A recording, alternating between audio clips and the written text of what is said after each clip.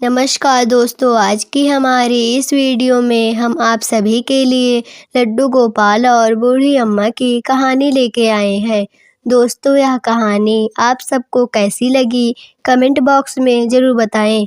आपका बहुत बहुत धन्यवाद। एक गांव में एक बूढ़ी अम्मा रहती थी। उनकी कोई संतान नहीं थी। एक दिन बूढ़ी अम्मा के घर एक संत जी आए तो बूढ़ी अम्मा ने संत जी का खूब सम्मान किया। संत जी ने कहा, मैं तेरी सेवा से बहुत प्रसन्न हूँ। संत जी बोले, जो मांगना हो मांग लो। तो बूढ़ी अम्मा बोली, वैसे तो बाबा जी मेरे पास सब कुछ है, पर जीवन में एक ही कमी रही कि किसी ने मुझे माँ नहीं कहा। मेरी कोई संतान नहीं है। तो संत जी बोले, अच्छा मैया बताओ, आपको कैसा पुत्र चाहिए, दुख देने वाला या सुख देने वाला? तो बूढ़ी अम्मा बोली, अरे महाराज, बुढ़ापे में दुख देने वाला पुत्र किसको चाहिए? तो बूढ़ी अम्मा बोली, बाबा मुझे सुख देने वाला पुत्र चाहिए।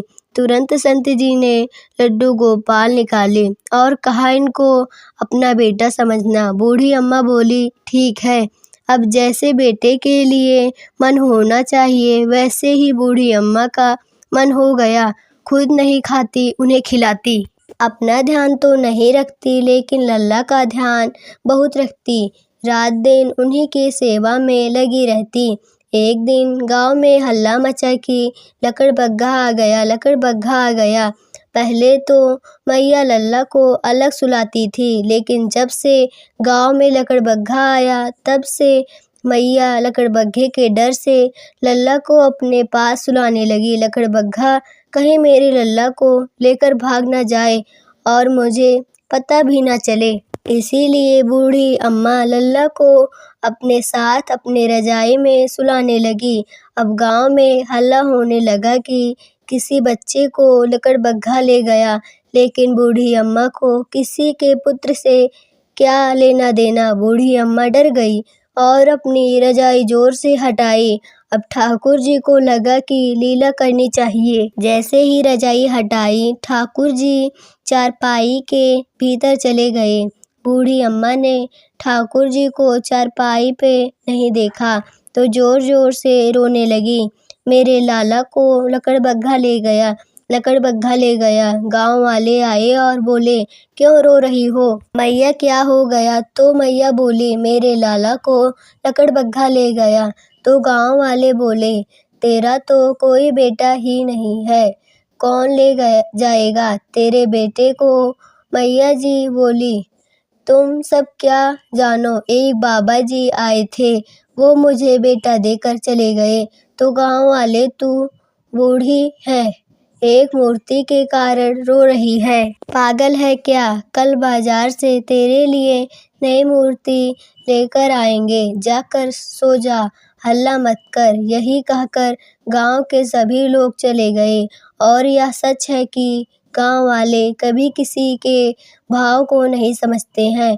गांव वाले जो जीवन में चल रहा होता है उसे ही देखते हैं, किसी का मन या भाव नहीं देखते। लेकिन मैया का रोना नहीं बंद हो रहा। मैया तो कह रही, मेरे लल्ला को लकड़बग्घा ले गया, लकड़बग्घा ले गया। इतने में ठाकुर जी मैया के प्रेम से प्रसन्न हुए और नारायण भगवान के 4 भुजाओं में शंख चक्र गदा पद्म चतुर्भुजी रूप में प्रकट हो गए। नारायण भगवान और मैया से कहने लगे कि मैं तुमसे बहुत प्रसन्न हूँ, वरदान मांग ले, वरदान मांग ले। मैया बोली, तुम कौन हो बेटा? मैं तेरा बेटा। मैया बोली, तुम मेरा बेटा? मेरा बेटा तो बहुत छोटा है, वो तो ढंग से चल भी ना सके, उसके 4 हाथ नहीं हैं।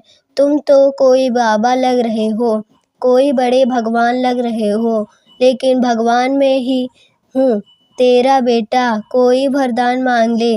बूढ़ी अम्मा बोली, मुझे कोई वरदान नहीं चाहिए, मुझे बस एक वरदान दो। मेरा बेटा कहाँ है? पहले मेरे बेटे से मिलाओ ना। मेरा लाला कहाँ है? भगवान बोले, मैं नहीं हूँ, मैं ही हूँ।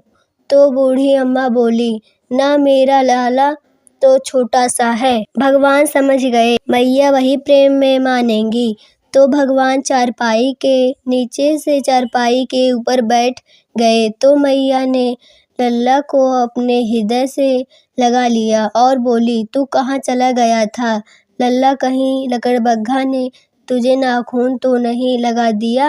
अरे राम राम, मेरे लल्ला को जो ले जाए उसका नाश हो जाए, उसका ऐसा हो जाए, उसका वैसा हो जाए।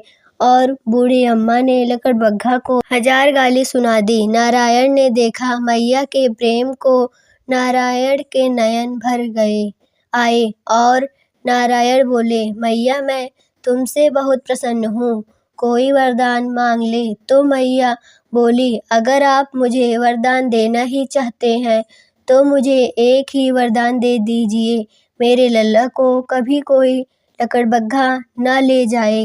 मुझे बस यही वरदान चाहिए और मुझे कुछ नहीं चाहिए। बोली नारायण भगवान की जय, बोलिए लड्डू गोपाल की जय। ऐसी और कहानियों के लिए हमारे चैनल अवधी कथाएं को सब्सक्राइब कीजिए। आप सभी का बहुत बहुत धन्यवाद।